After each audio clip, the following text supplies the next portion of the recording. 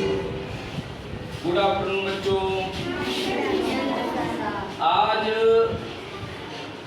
प्रकृति का एक अच्छा टॉपिक मैं आपके सामने लेके आया हूँ, प्रकाश संश्लेषण। प्रकाश संश्लेषण में हम लोग जानेंगे कि पौधा अपना भोजन कैसे बनाता है। हम लोग पढ़ रहे हैं हम पौधे का भोजन। क्या पढ़ रहे हैं? पेड़ पौधे का भोजन। तो पौधा स्वपोषी होता है और परपोषी होता है। तो परपोषी पौधा तो जाहिर सी बात है, हम लोग आसानी से बता देते हैं कि दूसरे द्वारा जो पोषित होता है, जो दूसरे के द्वारा बढ़ता है ना। ये जो स्वपोषी पौधा होता है, ये अपना भोजन कैसे बनाता है, आज इसको हम जानेंगे। आपके सामने एक अच्छा सा चित्र बना हुआ है। ये चित्र किसका है? आलू का। किसका? ये आलू का पौधा है, ठीक है। आलू का पौधा। यहाँ पर देख रहे होंगे आलू भी दिख रही होंगी, 2-3 आलू लगी हैं, 4 आलू है ना। क्या है ये? आलू है। जरा ध्यान समझिएगा। इसमें सबसे पहले आपको जानकारी होगी कि पत्तियां हरी होती है ना। पत्तियां कैसे होती हैं? क्यों हरी होती हैं? हाँ, क्यों होती हैं? क्लोरोफिल के कारण। किसके कारण हरी होती हैं? क्लोरोफिल के कारण हरी होती है। तो पत्तियों का हरा रंग होना किसके कारण होता है? क्लोरोफिल के कारण, ठीक है। इसमें छोटे छोटे छिद्र पाए जाते हैं, ठीक है। क्या पाए जाते हैं? जिसको पर्णरंध्र कहा जाता है। पत्तियों में छोटे छोटे छिद्र पाए जाते हैं, जिसको क्या कहा जाता है? पर्णरंध्र कहा जाता है, ठीक है।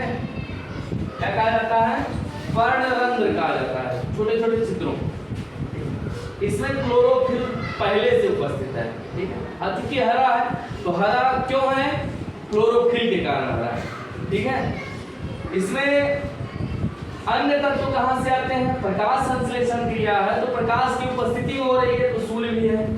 सूर्य जो डेली निकलता है, तो प्रकाश संश्लेषण प्रकाश की उपस्थिति में हो रहा है। दूसरी चीज, यहाँ पर कौन से तत्व कहां से प्राप्त हो रहे हैं? तो जैसे जल और खनिज लवण कहां से प्राप्त होता है? जल से, है ना। जल और खनिज लवण कहां से प्राप्त होता है? जल से। जल के माध्यम से तना से होते हुए पत्तियों से फल फूल आदि का निर्माण होता है, ठीक है।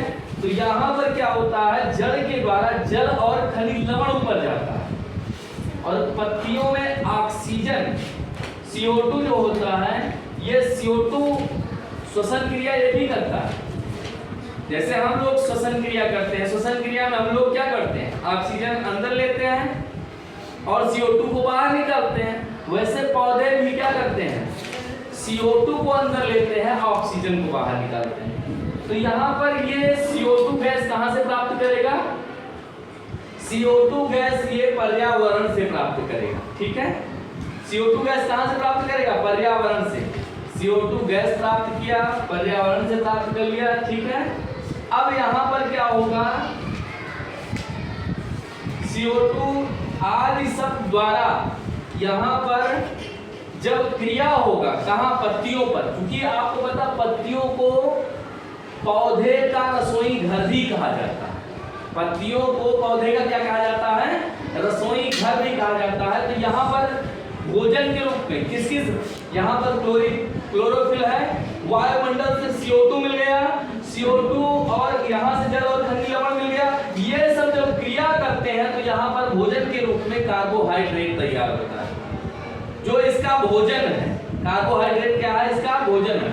और उत्सर्जित क्या होता है? जो निकल जाता है, तो निकलता क्या? निकलने का निशान हमने बताया, ये निकल गया। क्या निकल गया? O2, जिसको ऑक्सीजन कहा जाता है। क्या कहा जाता है? ऑक्सीजन। तो इस तरह से यहाँ पर लगातार जो कार्बोहाइड्रेट रूपी भोजन है, ये लगातार बनता रहता है। इसी तरह हमारी पौधे ग्रोथ करते रहते हैं, बढ़ते रहते हैं और यही प्रक्रिया लगातार भोजन बनने की चलती रहती है। समझ गए कि नहीं समझे? समझ में आ गया? Very good.